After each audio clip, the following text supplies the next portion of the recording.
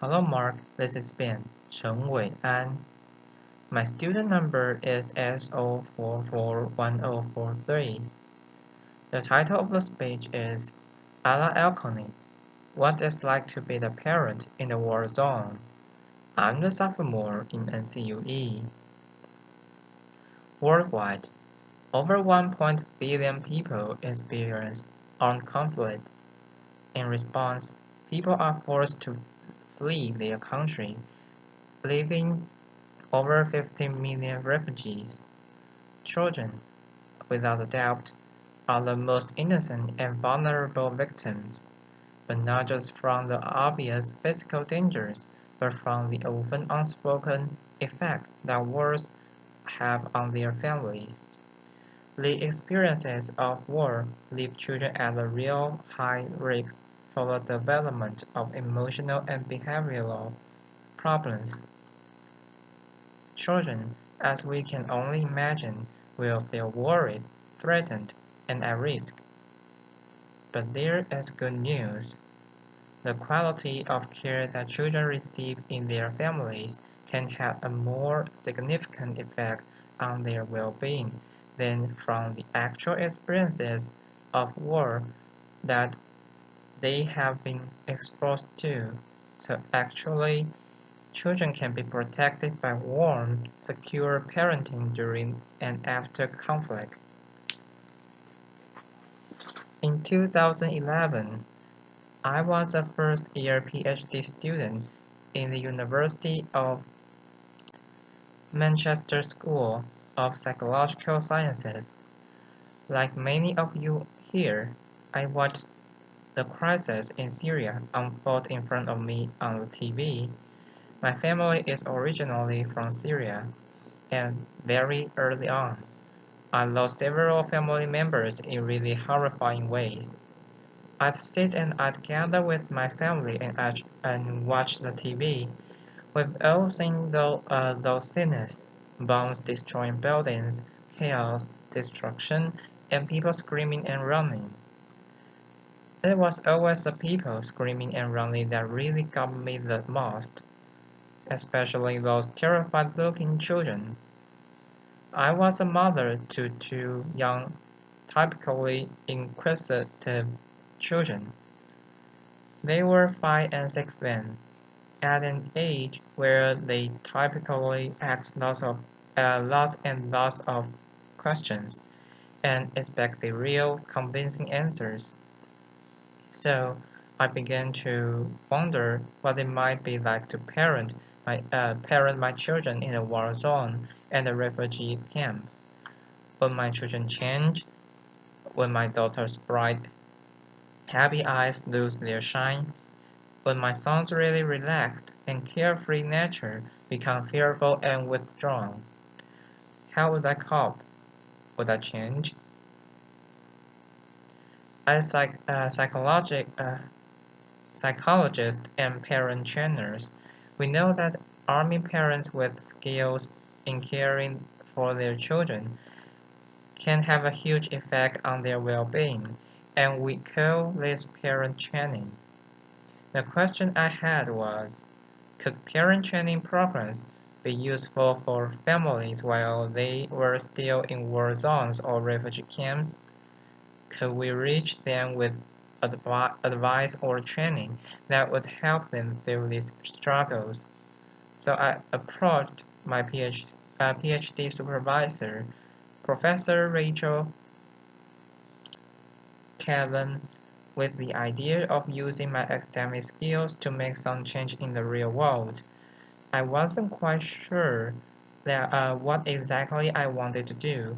She listened carefully and patiently, and then my joy she said, "If that's what you want to do, and it means so much to you, then let's do it. Let's find ways to see if parent programs can be useful for families in these contexts."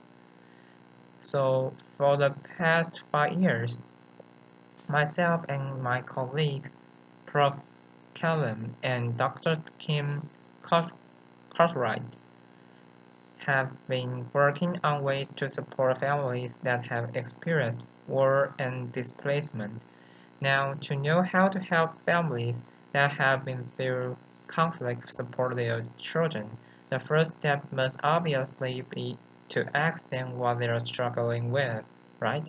I mean, it seems obvious, but it's often those that are the most vulnerable that we are trying to support that we actually don't ask. How many times have we just assumed we know exactly the right thing that's going to help someone or something without actually asking them first? So I traveled to refugee camps in Syria and in Turkey. I sat with families and I listened. I listened to their parenting challenges. I listened to their parenting struggles. And I listened to their call for help. And sometimes that was just paused, as all I could do was hold hands with them and just join them in silent crying and prayer.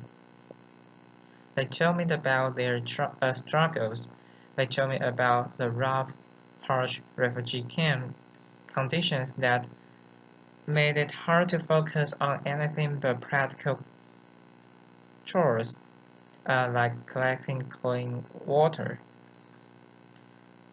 They told me how they watched their children withdraw, the sadness, depression, anger, bedwetting, thumb sucking, fear of loud noises, fear of nightmares, terrifying, terrifying nightmares. These families have been through what we had been watching on the TV. The mothers, almost half of them, were now widows of war, or didn't even know if their husbands were dead or alive. Described how they felt they were coping so badly. They watched their children change and they had no idea how to help them. They didn't know how to answer their children's questions. What I found incredibly astonishing and so motivational was that these families were so motivated to support their children.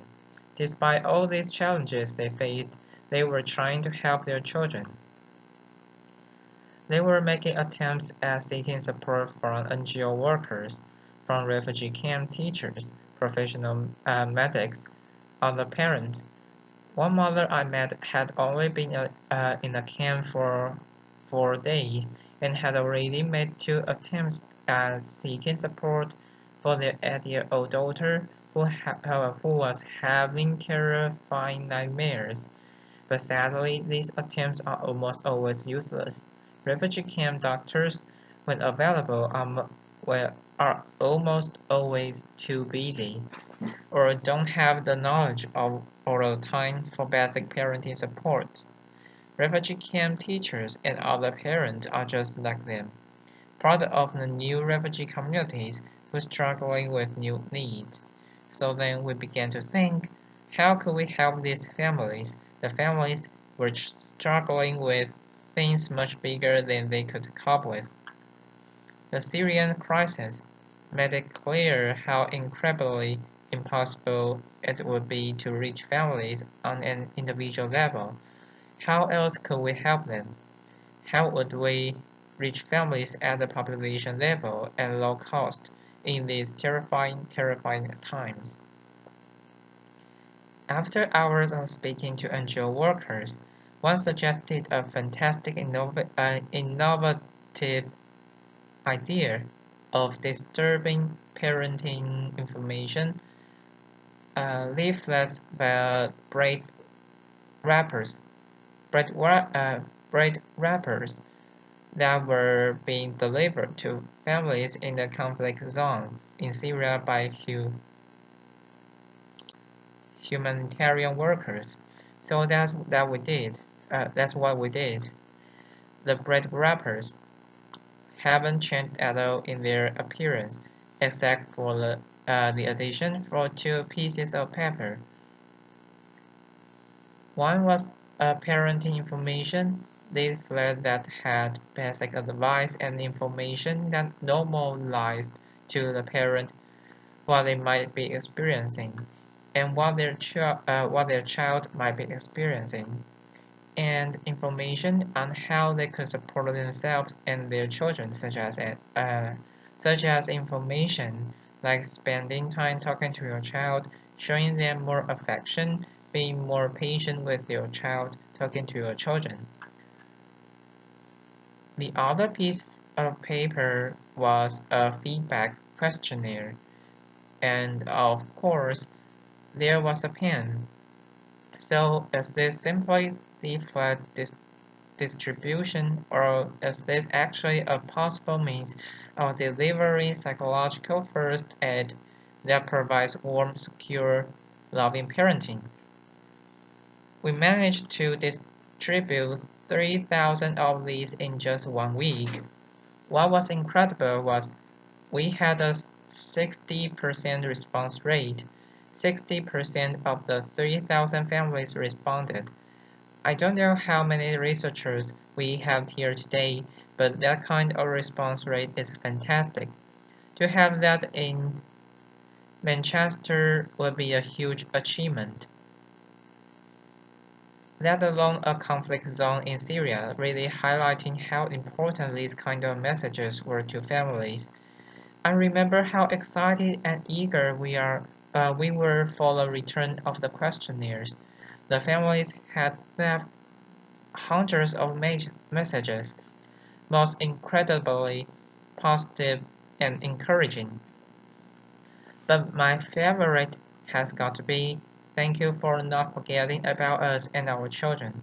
This really illustrates the potential means of the delivery of psychological first aid to families, and the return of feedback too. Just imagine replicating this using other means such as baby milk distribution or female hygiene kits or even food baskets. But let's bring this closer to home, because the refugee crisis is one that is having an effect on every single one of us. We are bombarded with images daily of statistics and of photos. And that's not surprising because by last month, over 1 million refugees had reached Europe. 1 million. Refugees are joining our communities, they are becoming our neighbors. Their children are attending our children's school, so we've adapted the leaflet to meet the needs of European refugees, and we have them online, open access, in areas with a really high refugee influx. For example, a Swedish healthcare uploaded it onto their website, and within the first 45 minutes, it was downloaded 343 times, really highlighting how important it is for volunteers, practitioners, and other parents to have open access psychological first aid messages. In 2013, I was sitting on the cold, hard floor of a refugee camp tent, with mothers sitting around me as I was conducting a focus group. Across from me stood an elderly lady with what seemed to be a 13-year-old girl lying beside her, with her head on the elderly lady's knee. The girl stayed quiet throughout the focus group, not talking at all, with her knees curled up against her chest.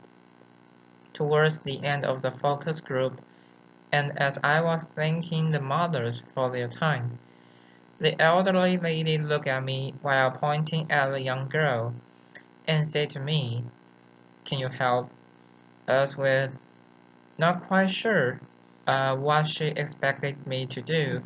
I looked at the young girl and smiled, and in Arabic I said, "Salaam alaikum." She asked, "What's your name?" She looked at me really confused and unengaged, but then said, Halut. Halut is the past name for the Arabic female name. Halut and is only really used to refer to really young girls. At that point I realized that actually Harua was probably much older than 13. It turns out Halua was a 25-year-old mother to three young children. Halua had been a confident, bright, bubbly, loving, caring mother to her children, but the war had changed all of that. She had lived through bombs being dropped in her town. She had lived through explosions. When fighter jets were flying around their building, dropping bombs, her children would be screaming terrified from the noise. Halua would frantically grab pillows and cover their children's ears to block out the noise, all the while screaming herself. When they reached the refugee camp and she knew they were finally in some kind of safety, she completely withdrew to acting like her old childhood self. She completely rejected her family, her children, her husband. Halua simply could no longer cope. This is a parenting struggle with a really tough ending, but sadly, it's not uncommon. Those who experience armed conflict and displacement will face serious emotional struggles, and that's something we can all relate to. If you have been through a devastating time in your life, if you have lost someone or something you really care about, how would you continue to cope? Could you still be able to care for yourself and for your family? Given that the first year of a child's life are crucial for healthy physical and emotional development, and that 1.5 billion people are experiencing armed conflict, many of whom are now joining our communities. We cannot afford to turn a blind eye to the needs of those who are experiencing war and displacement. We must prioritize these families' needs, both those who are internally displaced and those who are refugees worldwide. These needs must be prioritized by NGO workers, policymakers, the WHO, the UNHCR, and every single one of us in whatever capacity it is that we function in our society. When we begin to recognize the individual phases of the conflict, when we begin to notice those intricate emotions on their faces, we begin to see them as humans too. We begin to see the needs of these families, and these are the real human needs. When these families' needs are prioritized, interventions for children in humanitarian settings will prioritize and recognize the primary role of the family in supporting children. Family mental health will be shouting loud and clear in global, international agenda, and children will be less likely to enter social services systems in resettlement countries because their families would have had support earlier on.